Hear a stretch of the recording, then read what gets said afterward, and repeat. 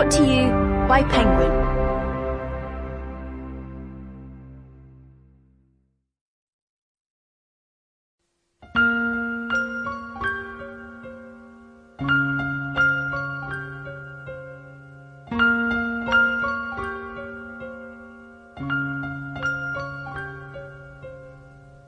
The Secret History. Written and read by Donna Tartt.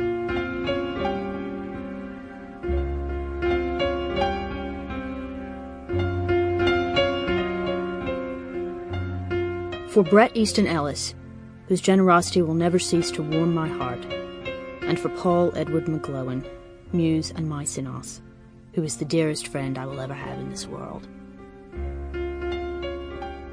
I inquire now as to the genesis of a philologist, and assert the following. 1. A young man cannot possibly know what Greeks and Romans are. 2. He does not know whether he is suited for finding out about them. Friedrich Nietzsche. Unzeitgemäße Betrachtungen. Come then, and let us pass a leisure hour in storytelling, and our story shall be the education of our heroes. Plato, Republic, Book 2. Prologue. The snow in the mountains was melting, and Bunny had been dead for several weeks before we came to understand the gravity of our situation. He'd been dead for 10 days before they found him, you know. It was one of the biggest manhunts in Vermont history. State troopers, the FBI, even an Army helicopter. The college closed, the dye factory in Hampton shut down, people coming from New Hampshire, upstate New York, as far away as Boston.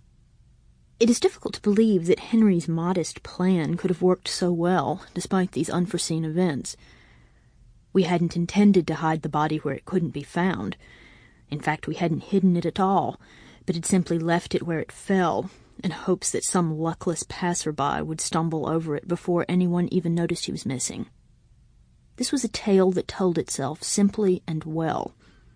The loose rocks, the body at the bottom of the ravine with a break in the neck, and the muddy skid marks of dug-in heels pointing the way down. A hiking accident. No more, no less. And it might have been left at that, at quiet tears and a small funeral, had it not been for the snow that fell that night. It covered him without a trace, and 10 days later, when the thaw finally came, the state troopers and the FBI and the searchers from town all saw that they had been walking back and forth over his body until the snow above it was packed down like ice. It is difficult to believe that such an uproar took place over an act for which I was partially responsible. Even more difficult to believe I could have walked through it. The cameras, the uniforms, the black crowd sprinkled over Mount Cataract like ants in a sugar bowl, without incurring a blink of suspicion. But walking through it all was one thing. Walking away, unfortunately, has proved to be quite another, and though I once thought I had left that ravine forever on an April afternoon long ago, now I am not so sure.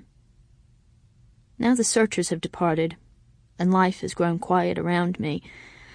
I have come to realize that while for years I might have imagined myself to be somewhere else, in reality I have been there all the time, up at the top by the muddy wheel ruts in the new grass, where the sky is dark over the shivering apple blossoms, and the first chill of the snow that will fall that night is already in the air. "What are you doing up here?"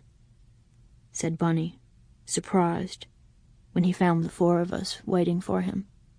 "Why, looking for new ferns," said Henry. And after we stood whispering in the underbrush, one last look at the body and a last look round, no dropped keys, lost glasses, everybody got everything, and then started single file through the woods, I took one glance back through the saplings that leapt to close the path behind me.